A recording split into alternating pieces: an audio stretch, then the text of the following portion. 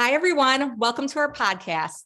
As you guys know, I'm Dr. Scarlett Spain, and we have a co-host this evening with Dr. Jamie Bump. We also have a guest with us this evening, Dr. Jennifer Moore. So this podcast is going to focus on introducing your faculty for Nursing 606, which is Pharmacological Principles for the Advanced Practice Nurse. So we're going to discuss the role of pharmacy and how we collaborate together as a team to provide optimal patient outcomes. As you know, your coursework for this course is going to be focused on pharmacology. So a thorough understanding of pharmacological core principles is essential for safe prescribing practices. So with this, I'd like to hear a bit more from Dr. Moore and let her introduce herself to us a bit more. So can you please give us a brief rundown of your education and experience? Okay, yeah. Hi, I'm Dr. Jennifer Moore, and I have been practicing I graduated from Butler University in 1999.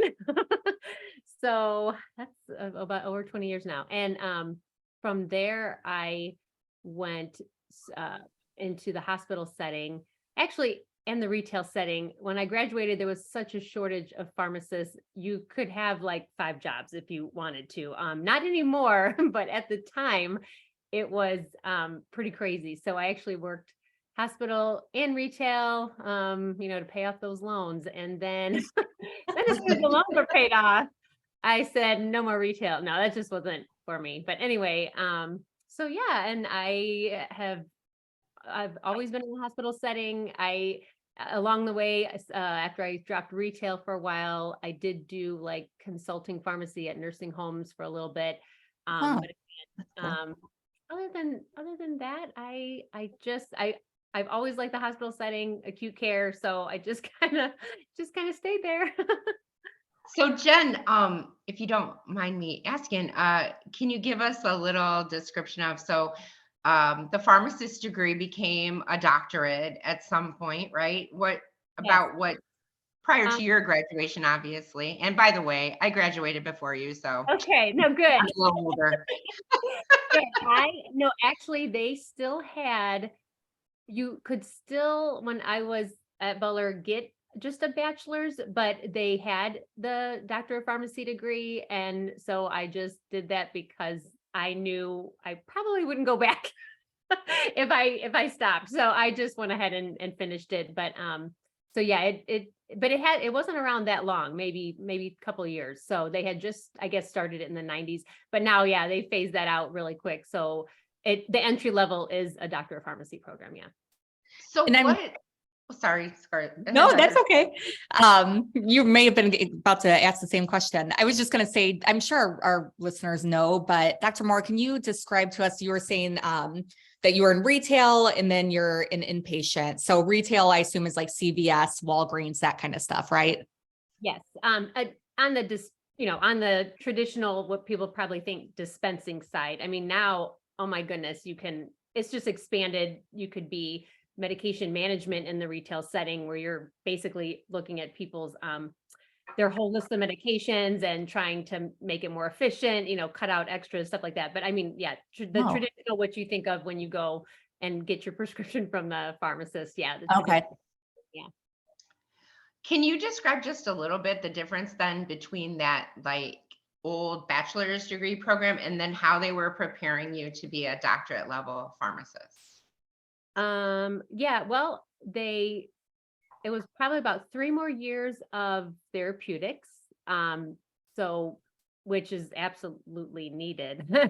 And then a year of clinical rotations, actually a year and a summer before that. So a lot, all clinical stuff. And then you could, at the time that I graduated, I'll be honest, there were residency programs, but they were they were just starting. So really the only people that did residencies at that time were like, if they wanted to go straight to academia or something like that. But now, oh my goodness, it's pretty much required. You have to, because there's just been so specialized and there's just so much experience that you need before you can probably practice on your own. Yes, most pharmacy students then go on to, they could do a primary residency where it's just a generalized residency. And then after that, what they call them PGY2s, which means you go on and do another specialized residency. Like if you want to do critical care, oncology, they have ambulatory care PGY2s. So it's almost, it's Well, it almost, sounds yeah, like medical school. yes, I know, Yeah. right? Yeah. Yeah, it's really grown. And so, yeah, because it's really that specialized. If like, I wish, we have a big oncology center, as you know, Jamie, with our cancer care center next to our hospital. And it's just become so specialized that when we have all these inpatient chemos, I'm sitting there going, oh, wow, I forgot.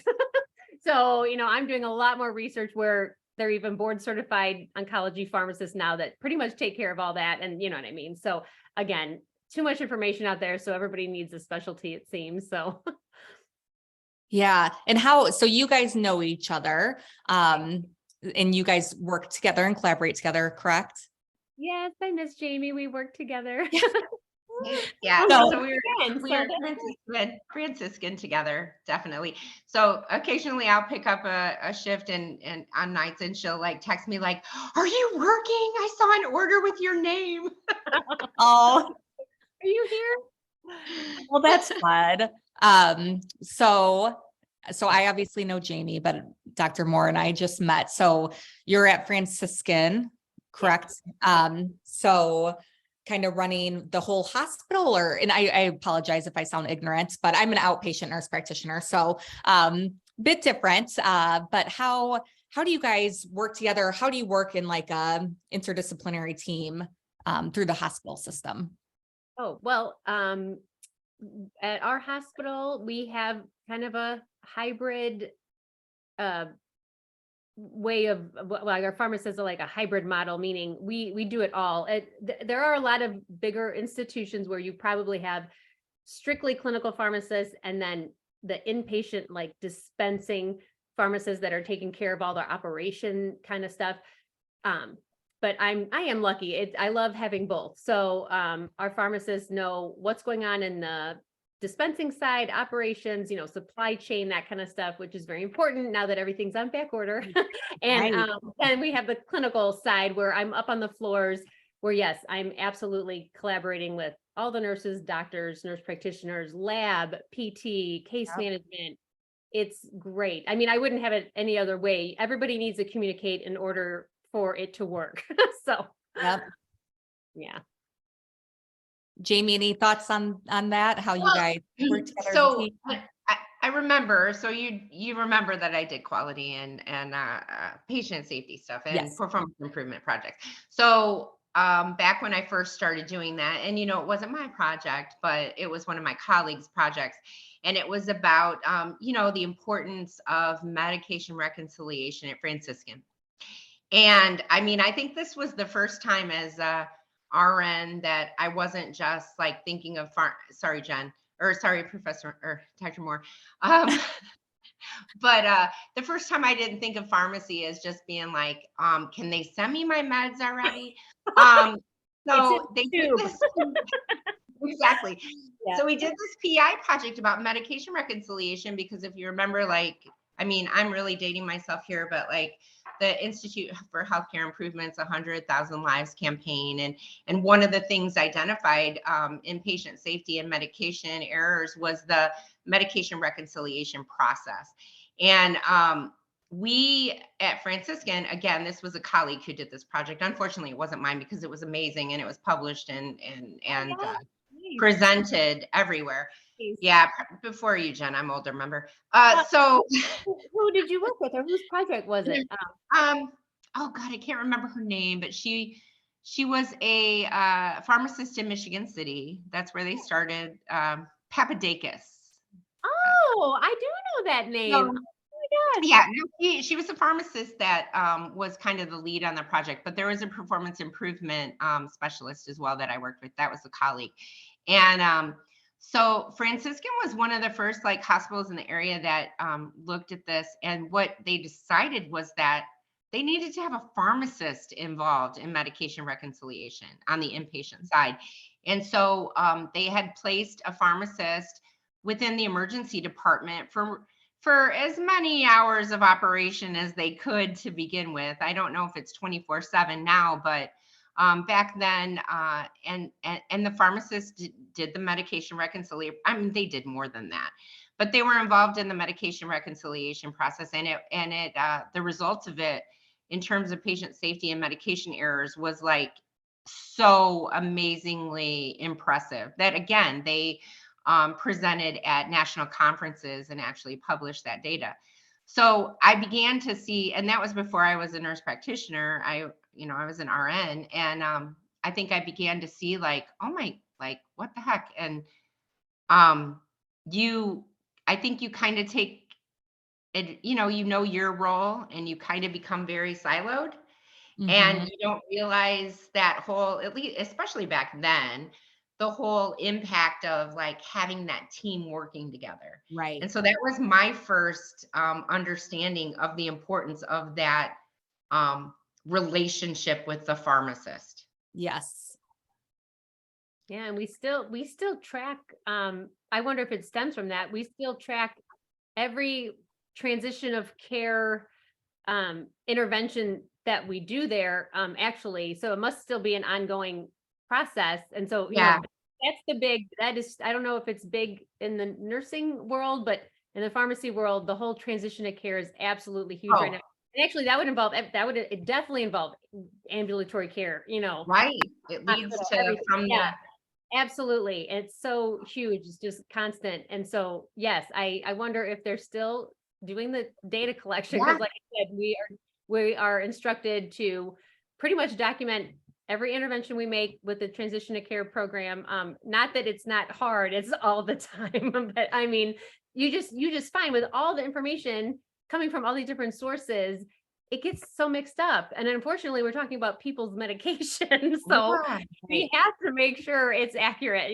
So anyway, yes, so that's great. I love working for Franciscan. They really, as far as pharmacy initiatives, we had a director who had such a good vision, and so she got a lot of protocols approved for us to work quicker with you guys, with the physicians, with the nurses, and so just a lot more freedom to work within the expertise. So it's been great. I love it.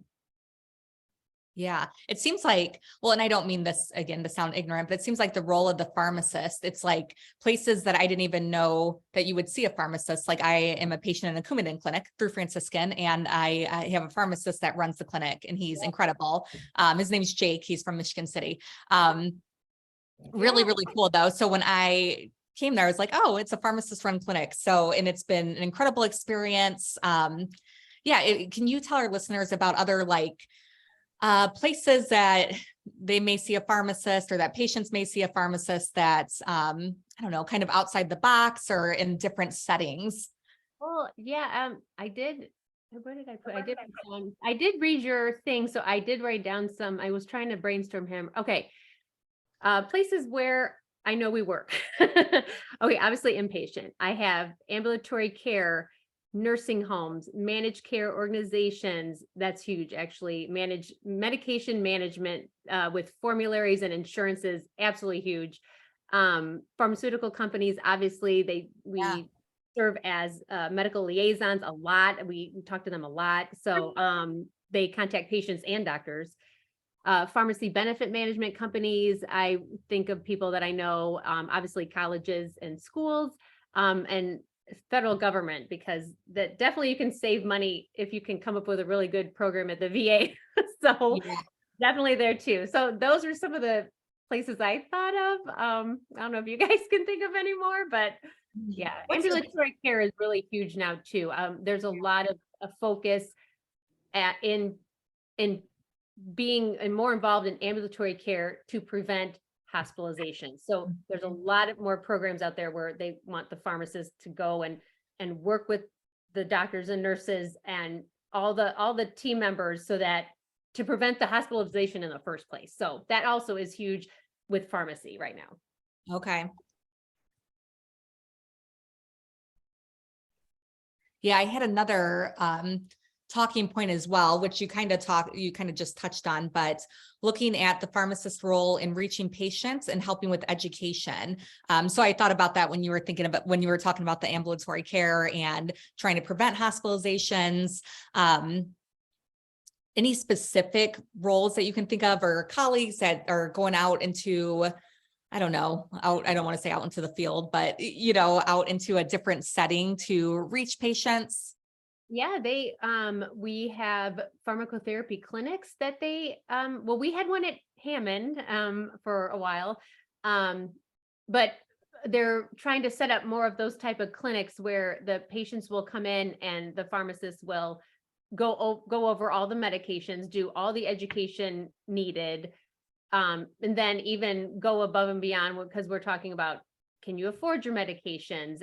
Is there something else that we could do, Right. where you would be more compliant, stuff like that. And just, they have the time at those clinics to take those extra steps with the patient. So I don't know how prevalent they are, like in maybe more, I mean, I'm thinking like big cities, Chicago, Indianapolis, probably yes, but I'm just wondering how they are everywhere else in the nation. But like I said, I know of a lot of pharmacists that are doing pharmacotherapy clinics now. So That's really cool. And it's so needed. We know that with our patients, and it's astounding how many people don't understand when we're telling them things, either because they're hard of hearing or we're speaking above a level that they can understand, or language barriers. So that's so important that people are really understanding their medications, the dosing, the side effects, and that they have somebody like yourself that's skilled and an expert in knowing the different impacts of the different medications. And our students will see this, especially, I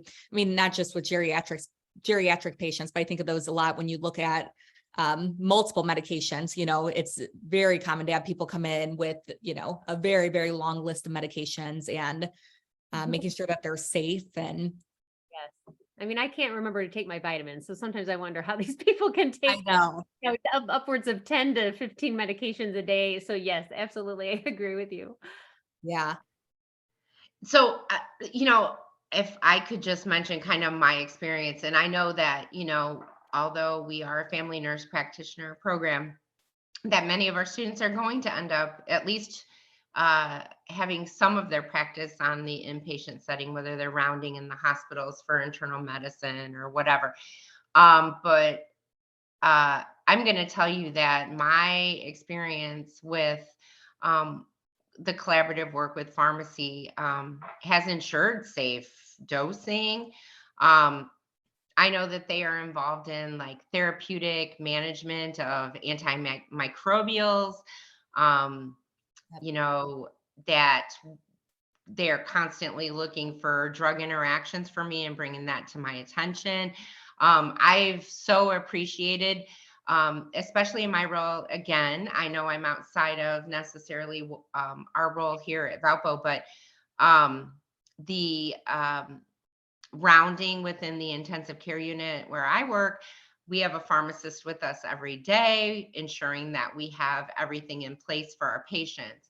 But Jen, if you could speak about, when we think of ambulatory care during this COVID-19 pandemic, and maybe even a little bit before that with influenza, about how the role of even the retail pharmacist changed a bit, did it not, with vaccines, and then during COVID with testing locations? Oh yeah, no, well, I do feel for my colleagues that work in retail, especially when COVID hit. Yes, because they are, I mean, they're like on the front lines. I don't know how to say it, meaning, they're dealing with all the usual stuff before that, and now the companies are wanting them to counsel, give the vaccines, follow up on monitoring, blah blah blah. It is very challenging for them. So I'm trying to, I can't remember off the top of my head when pharmacists were able to start to be immunized and being immunization certified. I'm trying to think. It was before, definitely wasn't when I was in school. Like now they all come out and you're already certified. But because of that, I went to Walgreens and got my Tdap and my COVID Yeah, bivalent. I mean, now you can go in and shoot, I go there too. I'm just saying, it's a great, I think it's super convenient for the patient.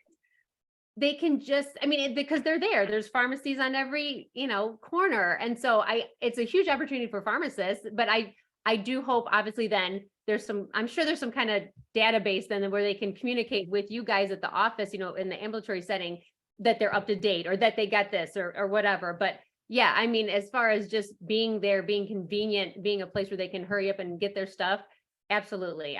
I'm glad that happened. Yeah.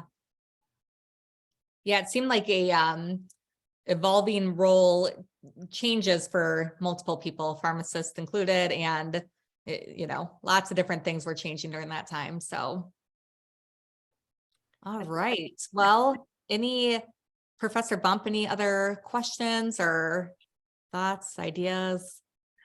No, I do just want to say that, very much appreciative that Dr. Moore has decided to join with the course. Me too. Having an expert in the pharmaceutical principles and the mechanisms and everything that an advanced practice provider would need to know to safely and effectively prescribe these medications to treat the diseases that they're diagnosing is so important. So I just want to, again, thank her for participating in our program. Yes, we are so excited to have you on our team, and our students are going to they're going to see the huge benefit in having you help teach this course. So I'm really excited for them to have you as a professor. So thank you so much, Dr. Moore, and thank you for meeting with us tonight. It was so nice meeting you virtually, and thank you, Dr. Bump, for helping me co-host.